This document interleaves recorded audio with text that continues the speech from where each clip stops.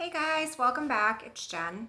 As many of you know, this is my channel where I share my lived experience with you guys. I am a CRPA, a CARC, a rape crisis counselor, and a trainer of Narcan. So, a few things that you guys are going to notice that are going to be different. First off, number one, this is not a bale of hay. This is not a pile of french fries. This is a pillow from Target. Everyone keeps commenting and asking, guys, I do not have a bale of hay on my couch. Not that redneck. So, another thing you guys are going to notice, I now have ads on my channel. So thank you. Bear with me because I legitimately don't know how any of this works. So please, if there's a lot of ads, don't get mad. I'm trying to figure out how to work all this and I will get it down to have the minimal. So this way it's not super annoying because I know they can be annoying. So today's video is about meth psychosis. So right now I have a friend who's really going through it and trying to help him as much as possible. And this just made me realize how sometimes people don't realize what a psychosis is like. It sucks. Like it's bad. So sleep deprivation is a real thing, right? You need sleep, you need water, you need food, you need these things to function, you know, like a normal human being. So unfortunately, methamphetamines makes us not think we need these things.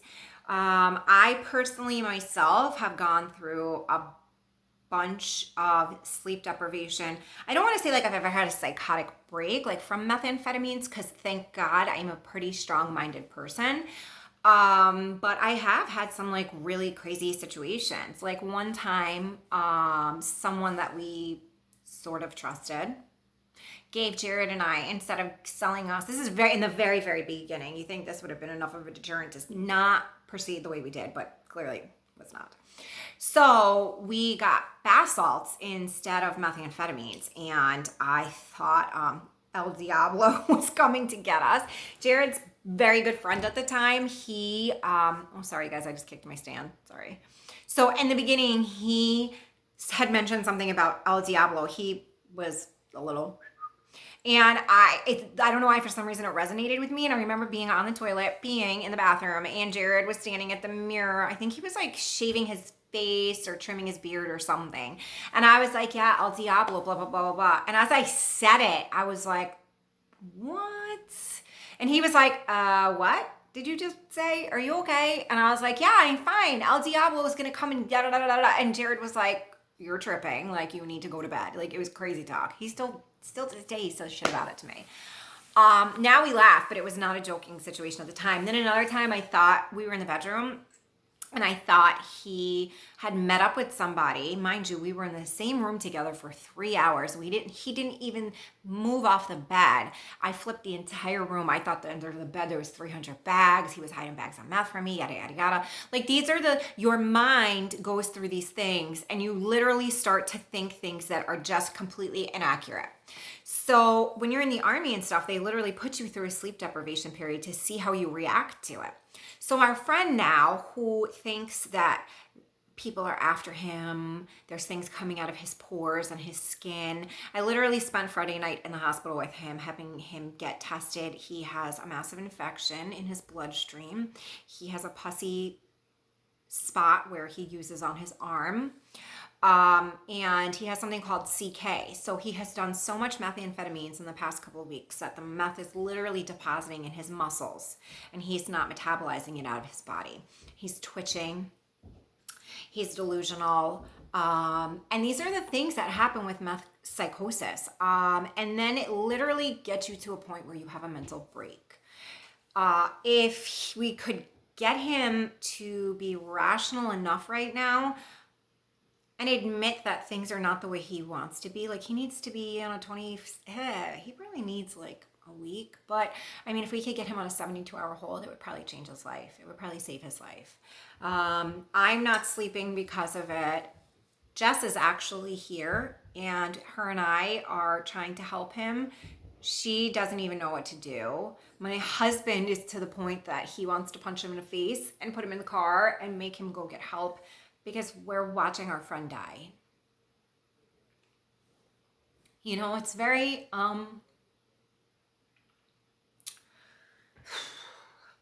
it's really hard to sit by and watch someone that you genuinely love kill themselves.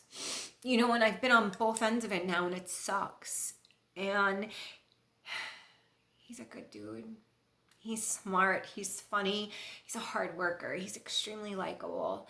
He's just a great guy, and he's kind of given up. And I kind of felt like, I don't know, like, where do you draw the line? And I don't know what to do anymore. I feel very, very helpless. And I feel like I'm failing my friend. And I help all these people, strangers, you know? And here's someone I genuinely, truly love, and I can't help them. And I'm just watching his motor skills fail him. And I'm watching him become a stranger. And I'm watching him die.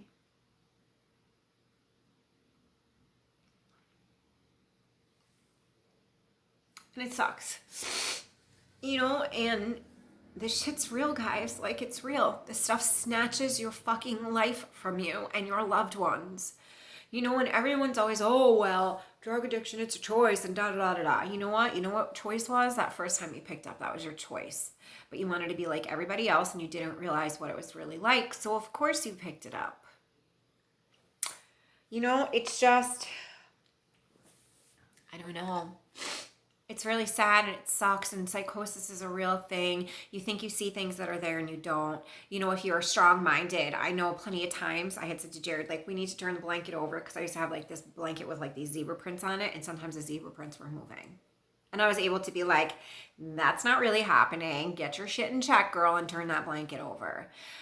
This friend of ours literally thinks people are after him. He thinks people are chasing him. He thinks people have put stuff inside his meth, the government, that they're intentionally trying to wipe out the people, the population of people who are addicted. And, you know, I mean,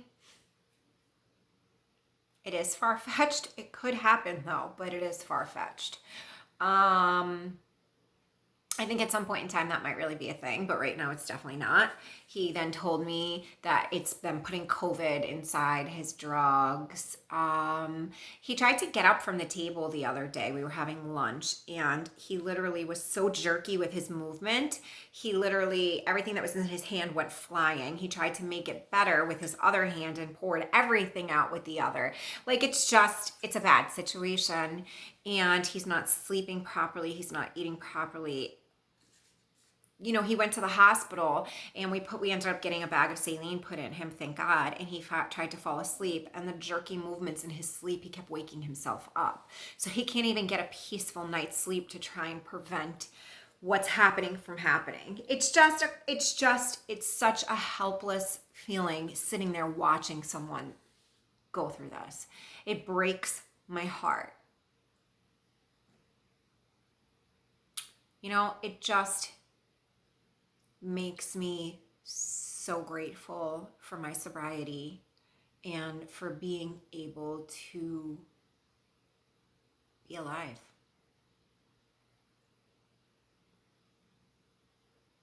That could have been me. Could have been my husband, you know? And I know that I went through similar things like that, and it still wasn't enough to make me be like, I don't want to get high anymore. It is such a debilitating disease because it literally plays tricks on your mind. You know? And then you get to this wall and you just don't know how to help people. You have to put up really strong boundaries when you're dealing with people when they're in a psychotic break, because they can turn violent and they can hurt you. And you have to protect yourself because you don't know where their tolerance level, you know, goes out. Everything could be fine. The wind can blow. They can hear something, smell something, and all of a sudden, boom, they're just violent. They're just, you know, and safety is really a big issue. And it's even worse when you know this person because you know the person they truly are. And when they change and they're different, it's just heartbreaking. So if anybody has any questions about this, please feel free to reach out to me on my Instagram. My Instagram name is just JL Cutting. Please be patient. IG is terrible. I'm getting message requests from like 4 or 5 days ago. I don't know why they're so slow. So now I have all these messages to go through. Bear with me. I will get to you as quick as I possibly can. I hope everybody had a great weekend and beginning part of the week. Again, all Narcan trainings are free. So if you need some Narcan or some test strips, please reach out. At this point, I'm gonna do like one big video, I think, so this way I have it, so this way I could send it to people. And just be kind to yourselves and to others, and thank you for all the love and support, and I'll see you guys in a few days. Bye.